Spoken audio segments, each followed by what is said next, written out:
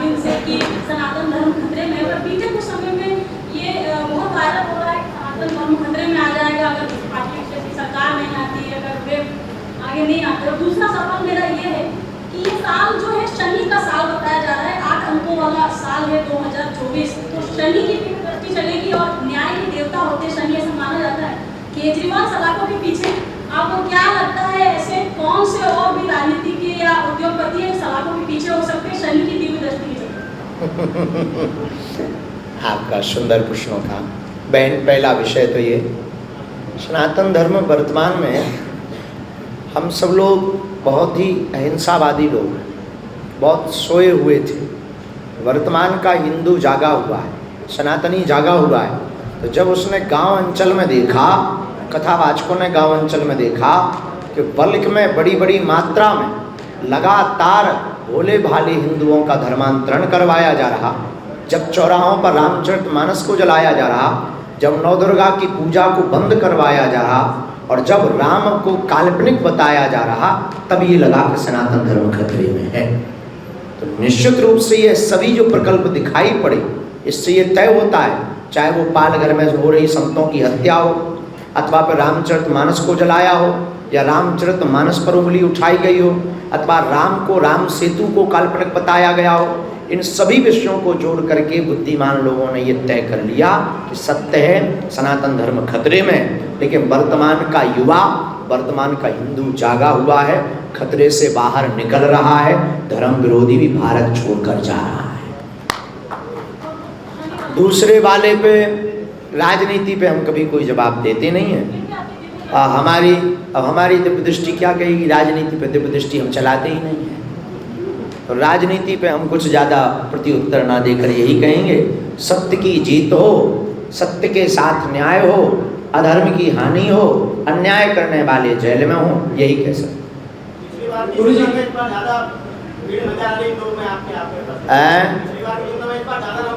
तो आपको हमसे जलन है कि ईर्षा?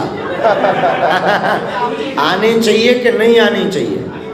मज़ारों पे भीड़ लगने से बढ़िया है मंदिरों में भीड़ लगनी चाहिए। गुरुजी, आपके श्री चरणों में नमन करता हूं। जय हो। पवित्र वेदी है और बागेश्वर धाम की जय। मैं बस एक ही प्रश्न पूछा, आपने बोला शिक्षा मुक्त और भिक्षा मुक्त होना चाहिए। शिक्षा मुक्त, भिक्षा मुक्त। तो मेरा आपसे सीधा सा प्रश्न था कि आप इस मंच से जो शासन बोलती है KG फर्स्ट, KG 1, 5th तक शिक्षा होनी चाहिए, तो आपको तो लगता है कि 5th क्लास तक गुरुकुल की शिक्षा होनी चाहिए बच्चों में, ताकि आगे बढ़े?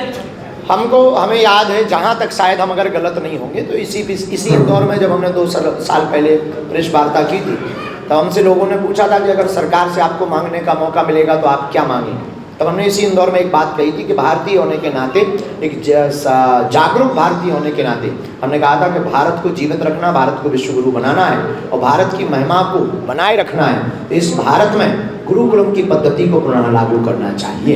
अगर KG से लेकर 5वीं तक संस्कार और संस्कृति और संस्कृत की संरक्षण के लिए अगर भारत सरकार गुरुकुलम पद्धति को प्रारंभ करती है और सरकारी मास्टरों, सरकारी टीचर अथवा अध्यापक या अध्यापकाओं के बच्चों को अनिवार्य करती है सरकारी स्कूलों में पढ़ाना, तो भारत की शिक्षा व्यवस्था सुधर जाएगी।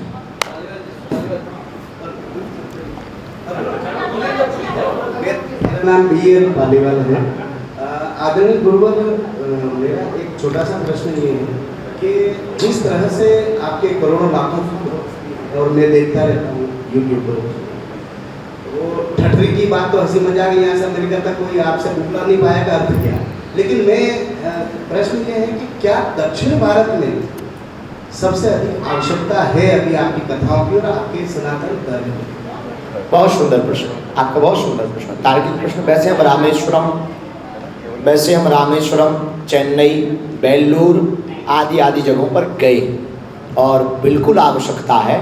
अभी हमने अपने सेवादारों को जो इस आयोजन की हमारी व्यवस्था देखते हैं, उनको विनम्र प्रार्थना की, इस क्षेत्र में तो बहुत हो गया।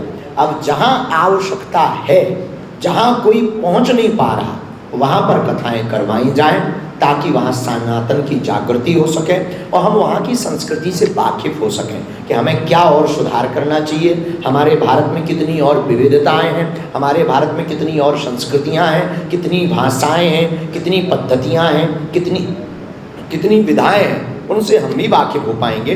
और जो हम पद्धति लेकर चले, जो संकल्प लेकर के चले, वो भारत के हर कोने तक पहुंच जाए। जैसे रामचरितमानस मॉरिशस तक पहुंच गई, वैसे ही भारत की सनातन की पवित्रता को भारत के लोगों के दिलों दिलों तक पहुंचाना चाहिए। प्रणाम। कैसे खड़े हो जरा, ये क्या चलता है? जय हो। नीचे हाथ मत लगाओ, वो क्या चलता है? जी।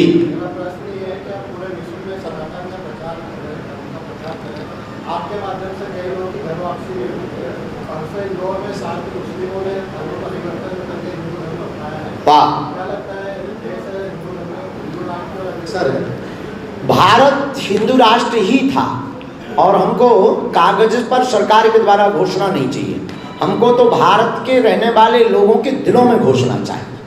हमारा उद्देश्य अलग है। और हिंदू राष्ट्र या सनातन राष्ट्र का उद्देश्य ये नहीं है कि दूसरे मजहब को नीचा दिखाना या भगाना। हम उस भारत से हैं, उस सनातन धर्म से हैं जो असहिष्णुता का पाठ पढ़ाता है, अहिंसा का पाठ पढ़ाता है, जो सबको अपने में समावेश करता है। हमने रहीम, रसखान, मीरा, रैदास, सूरदास, वाल्मीकि, तुलसी, इन सबको एक पंक्ति में बैठा करके अमृतस्य पुत्रा मान करके इनकी वंदना की है। इससे ये तय होता है कि हम ना मुसलमानों के विरोधी हैं, ना ईसाइयों के विरोधी हैं, हम सनातन के कट्टर पक्षधर हैं। कोई आता है तो स्वागत करना हमारा धर्म है। राम जी ने रावण के भाई विभीषण को स्वागत किया, तो हम इन लोगों का स्वागत कर सकते हैं अगर ये आते हैं। आप बहुत कम उम्र में आपके काफ़ी फॉलोअर हैं, काफ़ी युवा हैं, ये बहुत बड़ी बात है। और आप बार बार इंदौर आते हैं, इंदौर से आपका पेट है। आपका जो हिंदू राष्ट्र का जो अभियान है वो कहाँ तक आपको लगता है कि 2024 है? हमको तो लग रहा है कि हिंदू राष्ट्र बहुत जल्दी होने वाला, आपको ऐसा वो इंट्यूशन हो रहा है कि बहुत जल्दी हो जाएगा? अनुभव में तो हम ये कह सकते हैं कि पहले की अपेक्षा अभी बहुत युवाओं में जागृति आई, युवा में ट्रेंड आया। सोशल मीडिया के आधार पर ही अगर आप उसका उदाहरण निकाल करके देखें तो हर दूसरी तीसरी रील या पोस्ट सनातन से संबंधित होती, स्पिरिचुअलिटी से संबंधित होती।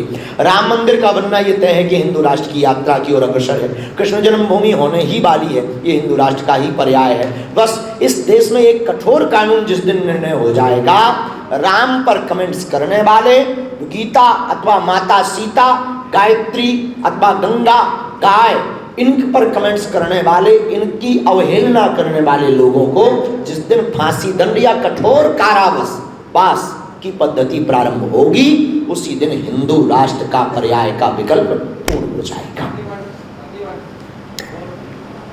जय श्री राम। जय श्री राम। बहुत बहुत नमन जी।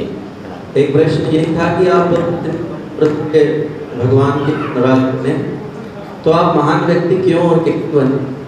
और आपका हमें प्रश्न बिल्कुल समझ नहीं आया, पुनरावृत्ति कर सकते हैं? आप थोड़ा आगे आ जाओ, अगर बुरा ना माने, अगर आपको कोई कष्ट ना हो तो आपके प्रश्न। आप इतनी कम उम्र के अंदर सनातन धर्म के इतने बड़े प्रचारक बने, तो इसके पीछे कोई मार्गदर्शन, आप इतने महान व्यक्ति क्यों और कैसे बने? और इस देश के अंदर आज भी बेटियों पे जो कुटारा ग्राफ हो रहा है, उसके ऊपर जिस प्रकार से आज भी भारत के अंदर देश की अस्मिता कलंकित हो रही है, इसके लिए आपका प्रचार तो है, और आगे आप इस विषय में क्या चाहते हैं? महान व्यक्ति किसी के बनाने से नहीं बनता, ना हमारे चाहने से बनता। महान आप लोगों की दृष्टि है। आपने वो महान होने की दृष्टि अपने पास रखी है, तो आपने वो गुण, किसी ने हमारे अंदर अवगुण देखे, कोई हमें ढोंगी कहता है, कोई पाखंडी कहता है, कोई हमें साधु कहता है, कोई हमें सनातन का सिपाही कहता है। तो जिसकी जैसी नियति है वो हमें वैसा देख रहा। हम जैसे कल थे वैसे आज हैं और वैसे ही मरते दम तक रहेंगे। हम महान नहीं, इंसान हैं। पहला। दूसरा, वर्तमान में जो बेटियों पर कुठारा, आपने एक इस प्रश्न को भी टच किया, बेटियों पर जो कुठाराघात हो रहा, जब तक हमारी भारत की बेटियां अपने अस्तित्व को नहीं समझेंगी, ये रील पर और मोबाइल पर मुजरा बंद नहीं करेंगी, तब तक भारतीय संस्कृति में बचना बहुत मुश्किल है। भारत में बचना, क्योंकि भारतीय संस्कृति का बचना बहुत मुश्किल है। तो हमारी बहन बेटियों को रणचंडी बनना होगा, रानी लक्ष्मीबाई के आदर्श को सुनना होगा, समझना होगा, पढ़ना होगा और अपने आदर्शों को स्थापित करने के लिए उन्हें जगना होगा। उसके लिए हम तो कह सकते साधु हैं, वचन दे सकते, संकल्प दे सकते, प्रेरणा दे सकते, चलना तो भारत के लोगों को ही पड़ेगा, पर कुछ ना कुछ आपके कहने के बाद हम कुछ ना कुछ अपनी तरफ से प्रयत्न और ज़्यादा करेंगे। धन्यवाद। गुरु जी नमस्कार, मेरा नाम लोतेश सिंह हमारे में चौथा स्तर अखबार से हूँ। मैं छोटे रखते हैं दो, एक तो जो धर्म और राजनीति तक उचित है और कितना होना चाहिए। दूसरा प्रश्न ये है कि जो युवा वर्ग है, जो धर्म और अध्यात्म के क्षेत्र में लोग जो हैं बुढ़ापे जब आता है उस समय, मेरा प्रश्न आपको लेकर नहीं है, आप तो बहुत युवा में आए को जाकर। हाँ, पहला प्रश्न जो आपका है धर्म और राजनीति से संबंधित। धर्म दंड के नीचे राजनीति चलती, राजनीति से धर्म नहीं चलता। और जो राज सत्ता अपने को महान, धर्म को नीचा बना करके, सीढ़ी बना करके चलाएगा, उस राज सत्ता का भी विनाश होगा, उस नेता का भी विनाश होगा, उस राजनीति का भी विनाश होगा जो शिव को 100 और खुद को शिव मानेगा। ये तय है। इसलिए भारत के राजनेता और भारत की राजनीति में रहने वाले लोग हमारी बात को कान खोलकर सुन लें। धर्म से राजनीति चलती है, राजनीति से धर्म नहीं चलता। कुछ समय पहले इंदौर में नाइट कल्चर आपकी व्यवस्था चालू हुई है। देर रात लड़कियां शराब चोरी करते हैं, सड़कों पे घूमते हैं, इससे अपराध भी बढ़ते हैं। जिससे आप कहाँ तक सही मानते हैं, तो शासन को क्या संदेश देंगे? देखिए, पाश्चात्य संस्कृति को भारत में इतना स्वीकार नहीं करना चाहिए जितना इंदौर ने करने का ये दुस्साहस किया है। इसको क्या कहते हैं अंग्रेजी में? Night culture. नाइट कल्चर तो निशाचरों का है, और इंदौर में निशाचर थोड़ी रहते हैं। इंदौर वाले तो धार्मिक लोग हैं, माँ अहिल्या की नगरी वाले लोग हैं, जिनके उपासक महान शिव थे। तो शिव की उपासिका माँ अहिल्या की नगरी है। तो रात्रि काल में जो नाइट कल्चर है, इससे निश्चित हमारी संस्कृति भी खराब होगी, संस्कृति भी खराब होगी, यहाँ की अस्मिता, हमारे इंदौर की जो पवित्रता है उस पर भी दाग लगेगा, क्राइम भी बढ़ेगा, पुलिस का काम भी बढ़ेगा। पुलिस का काम बढ़ेगा तो सरकार पे उंगली भी उठेगी। इसलिए सरकार को तुरंत बिना सोचे समझे इसको बंद कर देना चाहिए।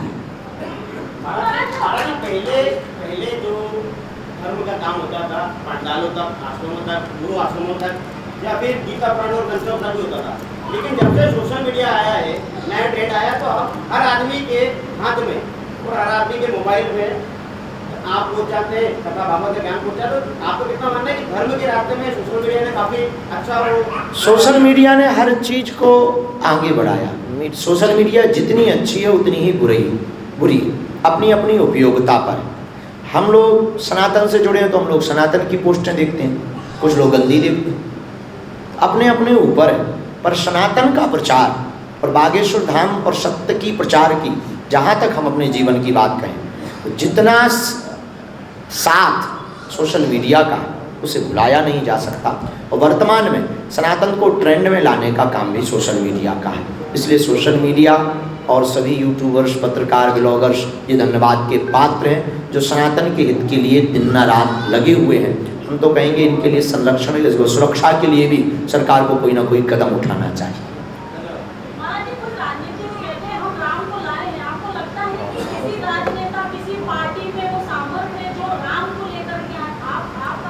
हम इस विषय पर कुछ नहीं कह सकते हैं, राजनेताओं पे तो बोलते ही नहीं हैं। अपन ने पर्सनली कसम खा रखी है। हाँ, भविष्यवाणी की थी।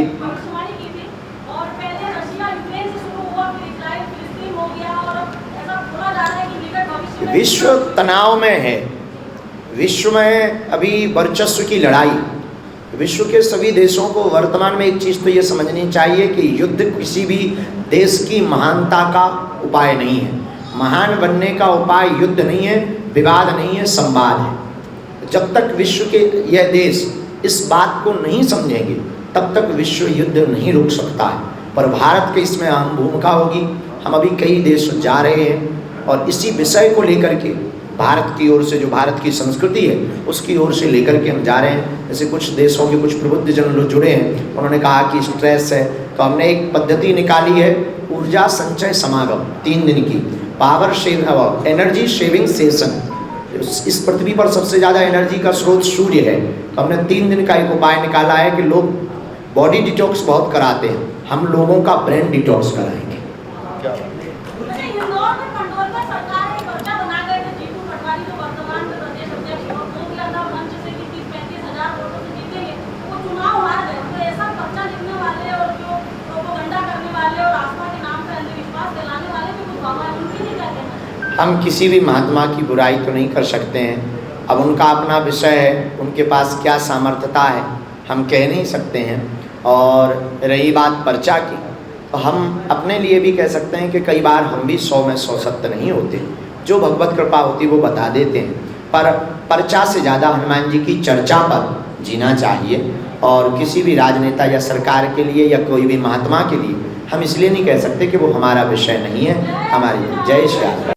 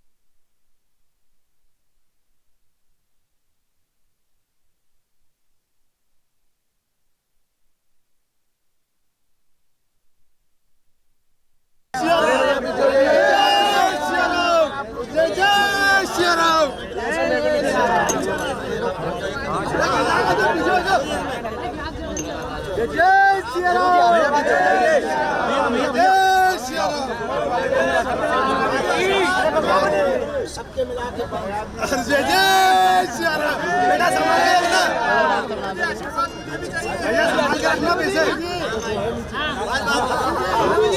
गुरुजी